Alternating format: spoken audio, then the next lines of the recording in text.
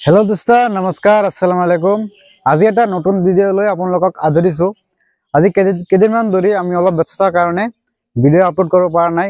এটা আমাৰ কাম নগাঁও আমাৰ ৰাইডিংৰ ওচৰত ৰাইডিং যেটো আমাৰ তিনিআলি আছে তিনিআলিৰ ওচৰত প্ৰায় আমাৰ কনস্ট্ৰাকচনৰ কামখিনি সম্পূৰ্ণ হৈ গ'ল, অলপ বাকি আছে। এটো কাম আমি কেনেকৈ কৰিছো, এটো হল আমাৰ 1900 স্কয়াৰ ফিট।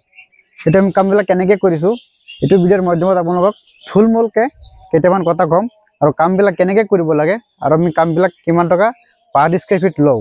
অকল কনস্ট্ৰাকশন আৰু আমাৰ ফুল ফিনিশিং কৰিলে লাক্সাৰি ফিনিশিং কৰিলে আমি পাৰ স্কয়াৰ ফিট কিমান টকাকৈ লও এটো ভিডিওৰ মাধ্যমত আপোনালোকক থুলমূলকে কিবা এটা কথা কম। ব্লগ ভিডিওটো আৰম্ভ কৰি আৰু আমাৰ ৰুমৰ সাইজবিলাক কেনেকুৱা আছে আৰু ৰুমবিলাক কেনেকুৱা আছে আপোনালোকক ধুনীয়াকৈ দেখাই দিম। আহক, এটো হল আমাৰ সিঁড়ি। আহক, সিঁড়িৰ তলত আমাৰ ডাইনিং ৰুম আছে আর আমার হল রুম আছে।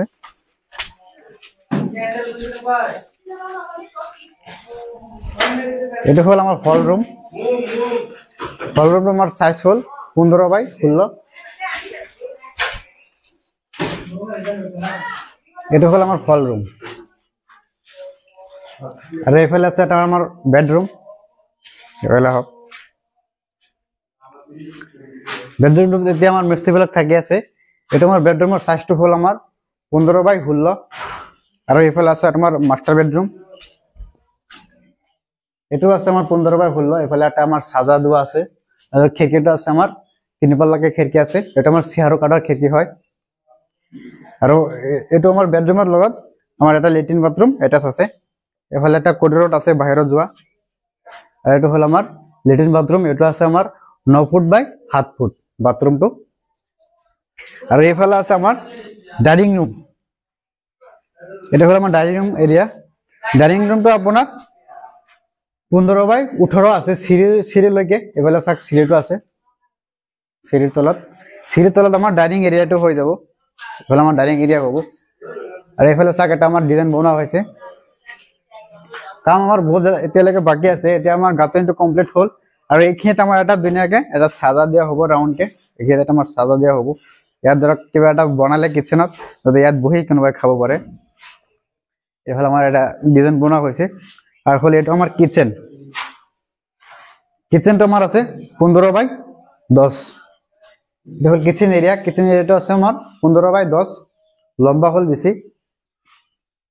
আর এইখিনিত আমার আলমারি বনোৱা হব। এতিয়ালৈকে বনোৱা হোৱা নাই। বনোৱাৰ পিছত আমি আৰু এটা ভিডিও আপলোড কৰিম। এটা আমার খিড়কি দেওয়া আছে। খিড়কিবিলাক সব আমার সিহারো কাঠ। আর সন্মুখত এটা আমার বারান্দা আছে। এটো হল আমার 1900 স্কয়ার ফিট।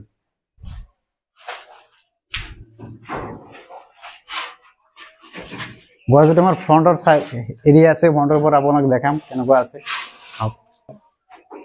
এটা হল আমাৰ ফ্ৰন্ট সাইড। ফ্ৰন্ট সাইডটো এতিয়ালৈকে আমি ডিজাইন বনোৱা নাই। ইয়াত আমাৰ ডিজাইন বনোৱা হ'ব। ডিজাইন বনোৱা হোৱাৰ পিছত আমি ধুনীয়াকৈ এটা ভিডিও আপলোড কৰিম। এটা হল আমাৰ সিঁড়ি। সেটো চাক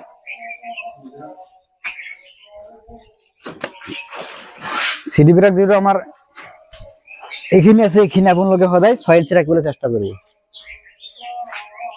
আৰ প্লাস্টাৰ মাৰোতে যেদিনা যেটো ওয়াল আপোনালোকে প্লাস্টাৰ মাৰিব দুদিন আগত ভালকে পানী মাৰি তিয়াই ল'ব। তিয়াই হোৱাৰ পিছতে প্লাস্টাৰৰ কামটো আৰম্ভ কৰিব, নহলে আপোনাৰ কেৰেক আহিবলৈ চান্স আছে।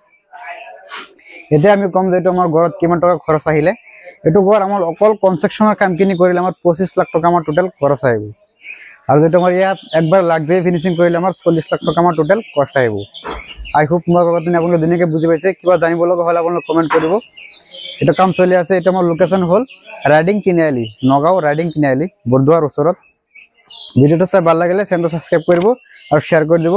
থ্যাংক ইউ সো মাচ। নেক্সট ভিডিওত লগ হ'ব।